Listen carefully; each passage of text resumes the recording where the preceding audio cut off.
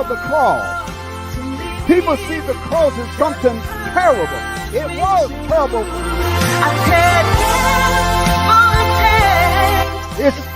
It brings us into a place, Gethsemane, that it declares not my will. They were born to do a divine plan, that which unfolds concerning the people. When we left the last time, I believe we alluded to the fact that after the 7 separations like Abraham went through, that once it was a separation from the ultimate, which was Isaac, that there must be a greater revelation.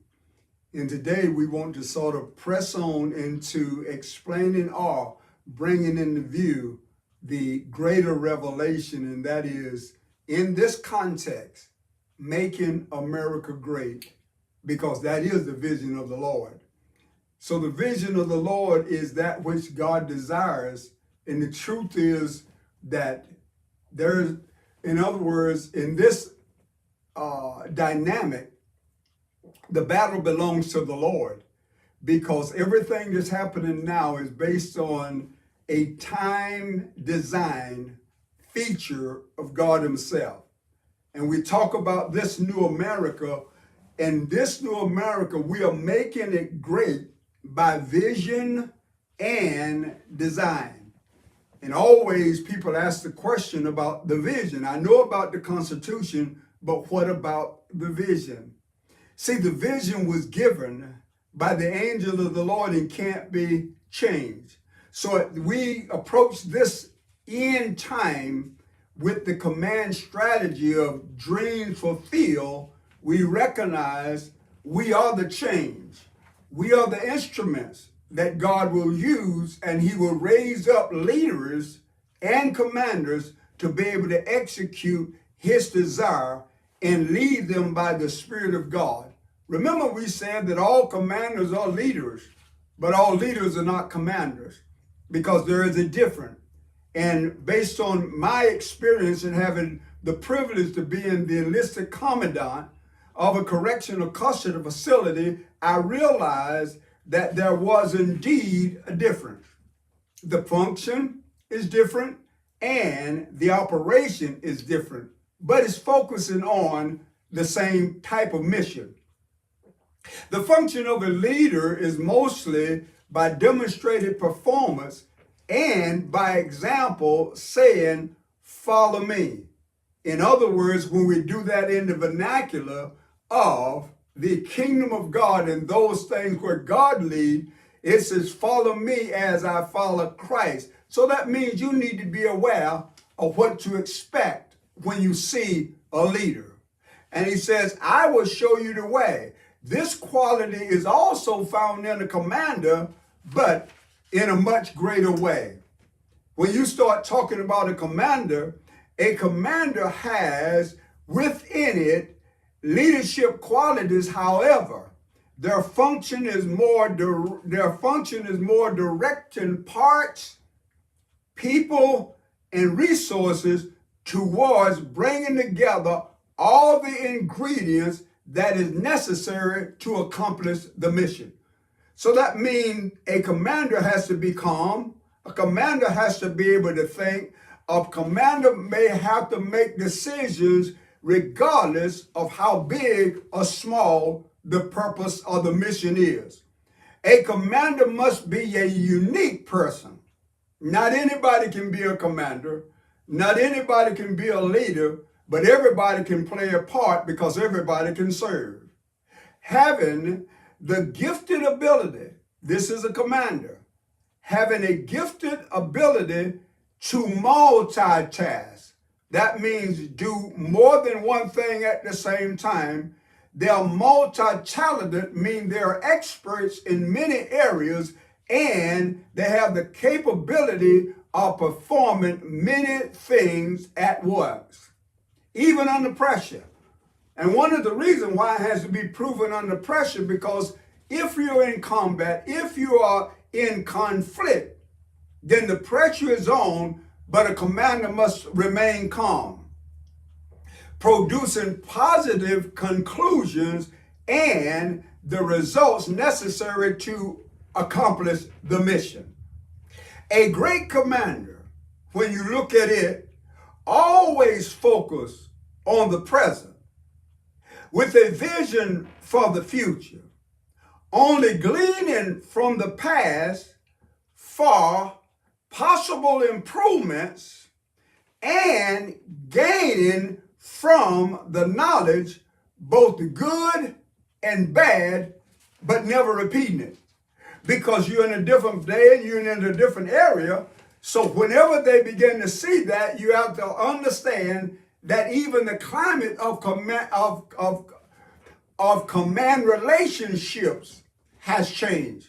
Because the scenario of the place of function has changed. In my experience, it was in Vietnam. But in now, other experiences, it was in Iraq. And now we're seeing that the experiences sometimes could even be on the streets. But we are the change. That means that we are the instrument that will bring this thing to pass.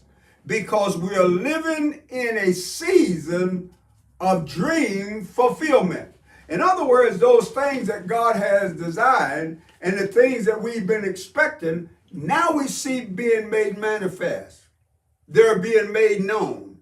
So when we see that, I believe that we are the nation and the people that will recapture the vision of America. Notice I said the vision of America, and stand as one nation and pledge an allegiance to the flag and to the republic for which it stands. Why? We are the change. So as the president of the United States of all the nations, see, this president is going to be one of all the nations of the world that was present at Pentecost, talking about the vision of the Lord. There was 120 there in the upper room, and there came power on them. And what you have to realize is 120 is the end of all flesh, which was saying or manifesting that this experience on Pentecost was the end of man's ability to bring God's purpose to pass. Because now the Holy Spirit itself is going to bring it to pass. So this new America was actually birthed out of that experience, and it literally birthed the ability for God to bring forth a science of the 21st century. Not the science of the external, not the science of the past, but a science that focused out of a relationship with God called biodynamics. And it really begins to function out of a knowledge and an understanding of the vision and a revelation of what God desires, and a peace in the heart that God is leading by his Spirit, and understanding this, that God is doing is not by might nor by power, but by the Spirit of the living God, and God is doing it. The vision said this in the last part of the vision that the angel of the Lord gave to George Washington. It says in part, 3 great perils will come upon the republic, and the most fearful is the third. But in this greatest conflict, the whole world united shall not prevail against her. It says, let every child of the republic learn to live for his God, his country, and the union. The most important part is the union. With these words, vision vanished. Remember, George Washington was seeing a vision, and that was something that was coming into view. And he says, I startled at my seat, and I felt as if I had seen, wherein had been shown to me the birth, the progression, and the destiny of the United States, quoted George Washington. So when we see that, now we have to understand that he was thrust into the office by the purpose of God, by the hand of man, but God never changed the vision. So when you come into this understanding, you have to understand what is the purpose of the president. So the president official job title is Chief Executive Officer and the Commander in Chief. So when you begin to understand that, you understand that, but this is based out of how they function out of the vision. So you have to realize if a vision is set in place, the people can change, but the vision never does. The Constitution can be adjusted, but the vision never changes. Because God had a purpose for America, God had a purpose for every nation on the planet. So as the Chief Executive Officer, he enforces the Constitution based on the vision taken out of what God has said. Traditionally, Traditionally, things were done different, but now because of the advancement of communication, there is a change in the way that information is given to the president. The president is flooded with information, flooded with communication, so there had to be a system whereby things are filtered so that he only gets the things that are necessary. You can see this biblically in Moses. You can see this biblically in Joshua, and knowing the difference that Moses was the lawgiver. He did it by force, but Joshua was a commander, and it was said, meditate on this day and night and let it not depart out of your mouth. In other words, a commander actually moves and directs from the inward leading of God, not the law of the letter. Remember, the letter still killeth, but the spirit gives life. Any book that written, the book could actually be a dead letter unless you see the spirit behind it. So when you start talking about the president in its form, there are 5 levels of informational flow that goes to the sitting president. 5, we'll do it backwards, 5 to 1, and then we'll take it 1 back up. Number 5 is the average citizen. Everybody puts together what they want to get to the president. Number 4, the staff secretaries, those that work around to make sure that everything is decent and in order going to the president. 3rd, the president's personal secretary, that one which is close to him and keep up with his flow and operations and his appointments. 2, director of the Oval Office of Operation, and number 1, the Oval Office, the president's desk. So let's review it from 1 to 5. The Oval Office is the president's desk. In other words, those people that he talked to and invite into the office, and with those, information and communications are exchanged so he get an insight from those that communicate with him directly. 2, director of the Oval Office operates located outside of the office in the back door. So what does that mean? That means the person on this job filter everything and every piece of paper that goes into the Oval Office. To watch and make notes of person entering and exiting that office, even the first spouse, they have an order so that making sure that nobody goes in unannounced or they don't belong. To screen all phone calls, to direct and most commonly used word for this person is no. Why? It's because only the essentials get past this person. Number 3 is the president's personal secretary, which is an aide and in the office of the president and handles his correspondence. Number 4, the staff secretaries, where they handle the mail to the president from his zip code, used by a personal friend, politics, and other important people that receive information that goes to the president, and then finally, the average citizen. One of the reasons why everything doesn't go to the average citizen is because most people won't understand everything that comes to the president. The average person, which is across America, who wants to communicate with the president, normally does it in a group setting, and it comes through a sports person. So look at the staff organization. Now, what is the staff organization's purpose? The staff organizational purpose is to assist the commander with accomplishing the mission. So they are sort of behind the scene, but they're making sure things happen.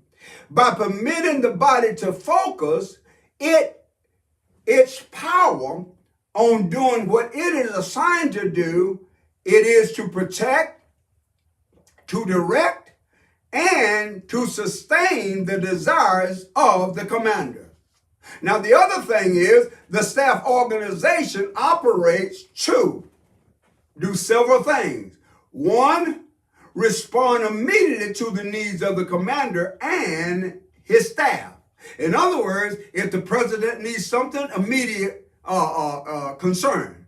If the staff needs something, immediate concern. Why? It needs to be done quickly. Two, keep the commander informed of all situations. In other words, if it's important enough to actually affect the nation, then the president needs to know. Three, reduce time and control and integrate and coordinate operations. So there's something done by the people around them, which is really the hand and the feet of the eyes of the president. Five, relieve the commander of supervisory details of routine matters. The staff's function is out of an attitude of gratitude. In other words, and they present all things with excellence, because a good visionary wants to be able to trust when you hand it to me, it's an excellent, and I can say it because I know that you can be trusted and I can trust your ability to communicate to me rightly. All staff must be able to read the visionary, and if they do not have a relationship with the visionary, they're going to disqualify themselves from leadership, because really they should be vented, and whenever they get the mission, he knows they will execute it. All vision, it must flow from the visionary, and here is the outline. The vision, what he sees, what he says, it says, follow me. The other is organization, how to arrange things in such a way that it brings people together. The implementation is putting it in practice after the organization and ensuring completion. Every task must be completed with excellence and efficient, because it need to be in a way that it can be effectively communicated, because there has to be a command voice that's communicating it rightly, so that every branch understand their function and understand who the command is. Every branch of the military has its own command and orders and unit of assignment at different levels. So whenever people understand that different level, whether it's a Marine, Airman, whatever, every person must know and understand their chain of command. And who is it that is their commander-in-chief and their representative? So they not only need to know the commander, the president, but they also need to be thoroughly informed of who the representatives are. Receiving the representative is receiving the chief. That's like when Jesus says, I have sent you as the Father has sent me. So when you arrive, they know that you are representing me, therefore, what I say, it emanates from you. Commanders, and what is a command? A command is the territory or the authority that's given to a commander to execute what he needs to execute for the purpose of a mission statement. So in the unit, there's three things. One, you have the commander. Two, you have the recipients of the command. And three, the action of the command, i.e., the commander, the one that has the voice. The recipient, the one that received the correspondent, and the action is the people that walks it out or execute it. Within the element, there must be an attitude of the command. Now, this is vitally important, and people sometimes will misunderstand this part, because in this attitude, there must be a willingness to, one, be instructed with the command. Two, willing to change to benefit the command. It's not personal, it's purpose. Three, willing to be loyal and faithful to the command. And four, willing to endure within the command until the end of the required time and assignment. Within the command are given training requirements to establish and maintain standard of preparedness for the mission of the command, according to the mission statement. And then you have the command voice, which is primarily the enlisted, which actually are called the middlemen. They are the second in command, and they are really excited about being excellent as a second. In the command voice, you must have four factors to make those listen to know that you are in fact given a command. In other words, in a command voice, there's a voice control, the way you say it. There's distinction, the clarity in how you say it. The inflection, the emphasis on how you say it. And the cadence that is to be the process of 1, 2, 3, how it flows. Now, here's what General Omar Bradley said about leaders and about soldiers and about those in the military. He went on to say, and I quote, "The American soldier is a proud one, and he demands professional competence in his leaders. In battle, he wants to know that the job is going to be done right with no unnecessary casualties. The non-commissioned officer wear the chevrons and supposed to be the best soldier or best person in the platoon. And he or she is supposed to know how to perform all duties expected of them, because the American soldier expects his sergeant to be able to teach how to do his job and to teach them theirs. And he expects even more from his officers," end quote, General Omar Bradley.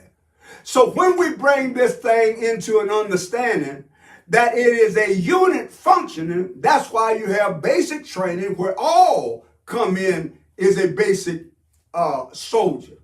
The other is at the advanced training, they get expert training in what they are designed to do. And when they come into the unit, it comes all together, and then they do what is called corporate training, because they train up for the battle. There's a key to that. And the key to preventing failure, I'll do it in 3 phases. 1, every person needs to be proficient in their one job and having a good performance outcome of doing that. Very capable of doing other things, but focus on what they're expert at. 2, They must be physically fit because they need to be able to move with speed and agility. Having an excellent diet, making sure that you take care of the body, and exercise and program, because this is the house that the real person lives in, and out of this is going to bring forth what is necessary to accompany the mission. And the third thing is you must understand how to get from point A to point B. Therefore, your map reading skills must be proficient at all levels because of the fear of becoming an instant leader. And it has happened many times that people understand that if you're prepared at any time, if you know how to be proficient, if you understand what's going on in the upper, if you understand the vision, if you understand the mission, if you understand your portion and the ones around you, then if you're thrust into a leadership position, you always are expected. Why? It's because we're coming into a day, we're coming into an hour that leadership has to be trained, because the impact could be great. The impact could be suddenly, because we're functioning in a new world order, and the way we do it, you could say we have not been this way before. So we're making America great. We have to do it with excellence. We have to do it with an understanding that this is a new day. We are functioning in a new way because the vision says, this is the day, you are the change, and that's the original vision of America. So we say in closing, we must be, we must see, and now is the time that we are in the place of agreement, and the place of agreement is the place of power. We are on the road to recovery of what? Recovery back to the original vision, and understanding that we're moving forward as an excellent ministry, as an excellent nation, and declaring that this is the way we go if we're making America great. And this is the time that we understand we are the change, we are the gift, we are the people, and now is the time.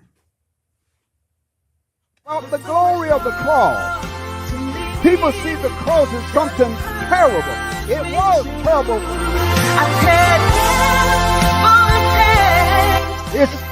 It